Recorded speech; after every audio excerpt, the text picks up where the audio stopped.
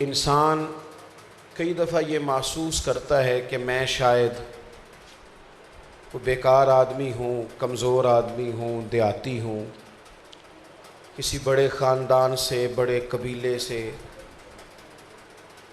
اور بڑی جگہ سے میں تعارف نہیں رکھتا، تو شاید میں کچھ کرنے کے قابل بھی نہیں۔ ایسا نہیں ہے۔ اللہ تعالیٰ نے اس کائنات کو بڑا حسین بنایا ہے، اور انسان اللہ کی وہ تخلیق ہے جسے رب نے اپنے نائب کے طور پر دنیا میں بھیجا ہے۔ وَإِذْ قَالَ رَبُّكَ لِلْمَلَائِكَةِ إِنِّي جَاعِلٌ فِي الْأَرْضِ خلیفہ۔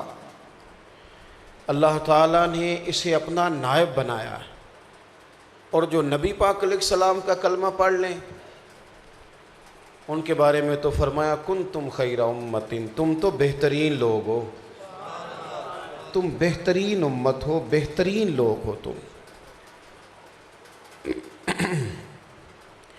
سب سے پہلا کام تو یہ کرنا چاہیے کہ انسان کو ادھر ادھر توجہ دینے کی بجائے اپنے آپ پر توجہ دینی چاہیے۔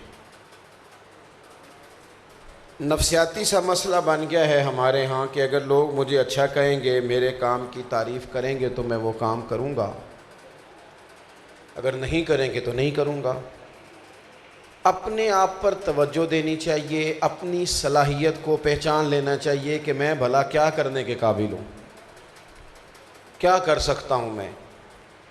پہلے تو اپنے اوپر توجہ دے، اپنی صلاحیت کو بھانپے۔ وہ جو کہا گیا من عرف نفسہ فقد عرف ربہ، جو اپنے آپ کو پہچان گیا وہی تو اپنے رب کو پہچان گیا ہے۔ ڈھونڈتا پھرتا ہوں اے اقبال اپنے آپ کو، آپ ہی گویا مسافر، آپ ہی منزل ہوں میں۔ پہلے تو اپنے اوپر غور کرے کہ میں کیا کر سکتا ہوں۔ بخاری مسلم میں حدیث ہے، نبی کریم صلی اللہ تعالیٰ علیہ وسلم نے فرمایا کہ ایک آدمی ایک رستے سے گزر رہا تھا، اس کی جو نظر پڑی اچانک تو اس نے دیکھا کہ ایک بہت بڑا درخت رستے کے اندر موجود ہے، بڑا، اور وہ درخت اتنا، ویسے تو درخت لگانے کا حکم ہے لیکن وہ درخت اتنا بڑا تھا کہ لوگوں کو گزرنے میں تکلیف ہوتی تھی، راستہ کشادہ کرنے کا حکم ہے۔ اور حضور صلی اللہ علیہ وسلم نے لعنت فرمائی ہے اس شخص پر جو رستوں کے نشان مٹائے۔ وہ ہمارے ہاں لکھا ہوتا ہے لاہور اتنے کلومیٹر ہے تو لوگ اس کے اوپر جا کے اشتہار لگا دیتے ہیں، یہ منع ہے سخت، یہ تو رستے کا نشان ہے، آپ کیسے اس کو استعمال کر سکتے ہیں۔ نشان نہیں مٹائے جائیں گے بلکہ رستوں کے نشانات واضح کیے جائیں گے۔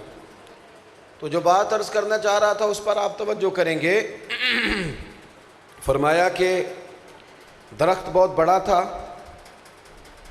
لوگ گزرتے تھے تو وہ رستے میں آتا تھا درخت۔ اس بندے کی نظر پڑی کہ یہ تو تکلیف کا باعث بنتا ہے، عام لوگوں کو دشواری ہوتی ہے۔ اس نے تھوڑی محنت کی، وہ درخت کاٹ دیا۔ خاصا مشکل کام ہوتا ہے کلاڑا لے کے پورا درخت اکیلے کاٹنا۔ حضور فرماتے ہیں اس نے درخت کاٹ کے لوگوں کا رستہ کشادہ کر دیا، رب تعالیٰ نے اس کے لیے جنت کا فیصلہ فرما دیا۔ اور کوئی بندہ کام نہیں کر سکتا تو چلو کسی کا رستہ ہی کشادہ کر دے، کوئی خیر کا جملہ ہی بول دے، کچھ نہ کچھ کرے، اپنے وقت کو ضائع نہ کرے، پہچانے کہ کیا کر سکتا ہے، وہ ڈیوٹی شروع کر دے۔ ہمارے ہاں لوگ بڑا کچھ کرنے کے قابل ہوتے ہیں پر وہ بیچارے ساری زندگی دوسروں پر توجہ رکھتے ہیں کہ فلانا کیا کر رہا ہے، دنیا کدھر جا رہی ہے۔ اپنی صلاحیت کو دیکھیں۔ چلیں ایک حدیث اور آپ کی خدمت میں اسی تعلق سے پڑھ دیتا ہوں۔ نبی پاک علیہ السلام نے فرمایا ایک تاجر تجارت کرتا تھا، اللہ کے حضور اسے کھڑا کیا جائے گا تو رب تعالیٰ اس کے لیے رحمت کا فیصلہ کرے گا، اسے جنت میں لے جاؤ۔ وہ عرض گزار ہوگا مالک میں تو کوئی ایسا کام نہیں کر سکا، کوئی بڑی ساری خدمت مجھ سے تو نہیں ہو سکی، تو یہ کرم کا فیصلہ میرے لیے۔ آپ کی توجہ ہے نا، میری باتوں کی سمجھ آ رہی ہے؟ تو وہ عرض کرتا ہے مالک میرے اوپر یہ کرم جو ہو رہا ہے، یہ جو رحمت ہو رہی ہے، تو اس کا سبب کیا ہے؟ تو اللہ تبارک و تعالیٰ نے ارشاد فرمایا کہ تو تجارت کرتا تھا، کچھ لوگ تجھ سے ادھار مال بھی لے جاتے تھے، اور جب تو تقاضے کے لیے لوگوں کو بھیجتا تھا تو تو کہتا تھا اگر کوئی تنگ دست ہوا نا، مجبور ہوا، تو اس پر ذرا آسانی کرنا۔ ایک شخص تو جان بوجھ کر ادائیگی نہیں کر رہا تو تمہیں سختی کی اجازت ہے، اور اگر کوئی تنگ دست ہوا، مجبور ہوا، پریشان ہوا، تو اس کو تھوڑی سی نا آسانی دے دینا، ٹھہر کے مل جائیں گے، پرسوں ترسوں مل جائیں گے، یہ کام کر دینا۔ وہ عرض کرتا ہے مالک یہ تو میں کہتا تھا اپنے ملازموں سے کہ جو مجبور ہوا اس پہ آسانی کرنا، تو رب تعالیٰ فرمائے گا کہ تو میرے بندوں پر آسانی کرتا تھا، تو آج میں تیرے اوپر آسانی نہ کروں؟ یعنی کچھ زندگی میں کیا جائے، اپنے آپ کو پہچانا جائے۔ میں اکثر دوستوں سے کہتا ہوں کہ کچھ نہیں نہ کر سکتے تو چلو غصہ ہی چھوڑ دو، اور کوئی کام نہیں ہو سکتا تو چلو اماں کے سامنے سخت بولنا ہی چھوڑ دو، ابا کے سامنے سخت بات کرنی چھوڑ دو، چلو تمہاری وجہ سے اتنا تو ہو کہ وہ پریشانی سے نکل آئیں، چلو اپنی طبیعت کو کسی پر بوجھ بنانا بند کر دو۔ گھر جاؤ تو اتنا سخت رویہ ہے تمہارا بیوی کے ساتھ، اتنا سخت ہے کہ وہ پتہ نہیں کس وقت کب لڑائی شروع ہو جائے گی، اس خوفناک منظر سے لوگوں کو نکال دو۔ یعنی لوگ تمہارے لیے آسانیاں، وہ اللہ خیر کرے، کچھ ہوتے ہیں نا لوگ، وہ جہاں بھی مہمان بن کے جاتے ہیں تو میزبان بیچارہ کہتا ہے کہ یار یہاں تو یہ آئے ہی نہ، اور اگر آئے تو جلدی جائے، کیونکہ وہ سارا کچھ ہی پوچھ لیتے ہیں، یہ بھی پوچھ لیتے ہیں کرسی کہاں سے بنوائی ہے، ساری باتیں انہوں نے پوچھنی ہوتی۔ لوگوں پر آسانی کر دیں۔ ایک تو اپنی صلاحیت کو تلاش کریں، آپ کیا کر سکتے ہیں زندگی میں، اور پھر اگر اللہ کوئی صلاحیت دے دے تو اسے ذاتی شہرت کا ذریعہ نہ بنائیں، اس کو غلط جگہ استعمال نہ کریں۔ کچھ لوگوں کو اللہ صلاحیت دیتا ہے نا، وہ بڑے کام کے لوگ ہوتے ہیں، لیکن وہ کیا کرتے ہیں، وہ اپنی صلاحیت کا غلط جگہ استعمال کرتے ہیں۔ آج کل ہمارے ہاں زیادہ مسئلہ وزادار لوگوں کا نہیں، ایک تعداد تھوڑی سی یا زیادہ تھی ان لوگوں کی بھی ہے جن کے پاس نئے نئے پیسے آئے، تو بیچارے بڑے پریشان ہو جاتے ہیں کہ پیسے میرے پاس ہیں اور میں ممبر ہی نہیں، پیسے میرے پاس ہیں اور میری شہرت ہی نہیں۔ وہ پھر ایسے ہی کسی سیاستدان کا کوئی بورڈ لگواتے پھرتے ہیں، کوئی مطلب وہ کوئی سیاسی سی افطاری کراتے پھرتے ہیں، کچھ نہ وہ سوسائٹی میں اصلی صحیح یا نقلی صحیح لیکن اپنا تعارف کرانا چاہتے ہیں۔ تو جو عزت مانگ کے لی جاتی ہے یا سیاست سے لی جاتی ہے وہ زیادہ دیر قائم نہیں رہتی۔ وَلِلَّهِ الْعِزَّةُ وَلِرَسُولِهِ وَلِلْمُؤْمِنِينَ، عزت وہی ہے جو اللہ عطا فرماتا ہے، وہ عزت اللہ کے لیے ہے، اس کے رسول کے لیے ہے اور اہل ایمان کے لیے۔ تو باصلاحیت اگر آپ ہیں تو پھر اس کو غلط جگہ استعمال، اللہ تعالیٰ نے بڑی اچھی آواز دے دی، کوئی نعت خواں بن گیا، اب وہ 40,000 کی نعت بیچنے لگ گیا۔ او بھائی تیرے گھر میں اور بھی تیرے 3 بھائی ہیں، ان کی آواز سریلی نہیں ہے، خدا کا فضل جان کے اس نے تجھے اچھی آواز عطا کی ہے، ان کی نہیں ہے، یہ تو نے کو محنت کر کے لی ہے، یہ تو اس کا فضل ہے، اور اس کو غلط جگہ استعمال کرنا شروع کر دیا ہے۔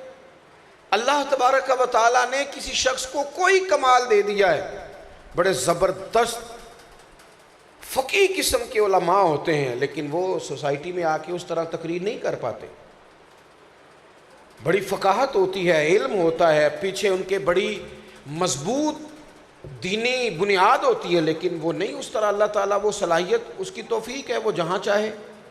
اور میری طرح کے کچھ لوگ بڑے بڑے مجموعوں سے خطاب کر لیتے ہیں، اب اللہ نے دی ہے اپنے فضل سے یہ نعمت، تو چاہیے تو یہ کہ اس پر روز بروز عاجزی بڑھے، درخت کو جتنا پھل لگے اتنا وہ جھکے، جو اعلیٰ ظرف ہوتے ہیں ہمیشہ جھک کے ملتے ہیں، کیونکہ صراحی سرنگوں ہو کر بھرا کرتی ہے پیمانے، تو چاہیے تو یہ کہ وہ روز جھکے، لیکن وہ جو جناب بات بڑی دور نکل جاتی ہے۔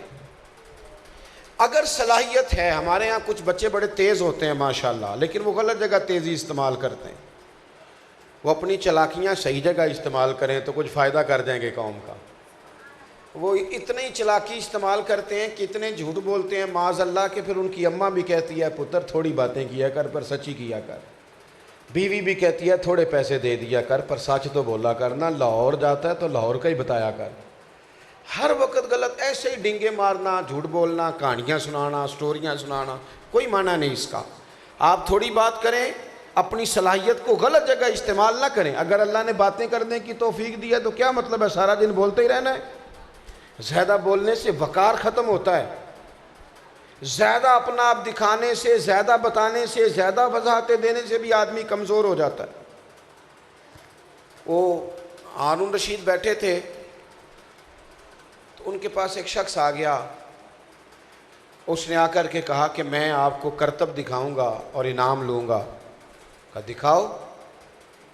تو سوئیاں تھی اس کے پاس، سوئی کے پیچھے چھوٹا سا سوراخ ہوتا ہے، پنجابی کے لوگ اسے نکا بھی کہتے ہیں، جس میں دھاگا ڈالا جاتا ہے۔ اس نے ایک سوئی پھینکی کچی دیوار میں، وہ جا کے دیوار پہ لگی تو دوسری جب پھینکی تو وہ پہلی والے کے سوراخ میں لگی۔ اتنا بہترین نشانہ۔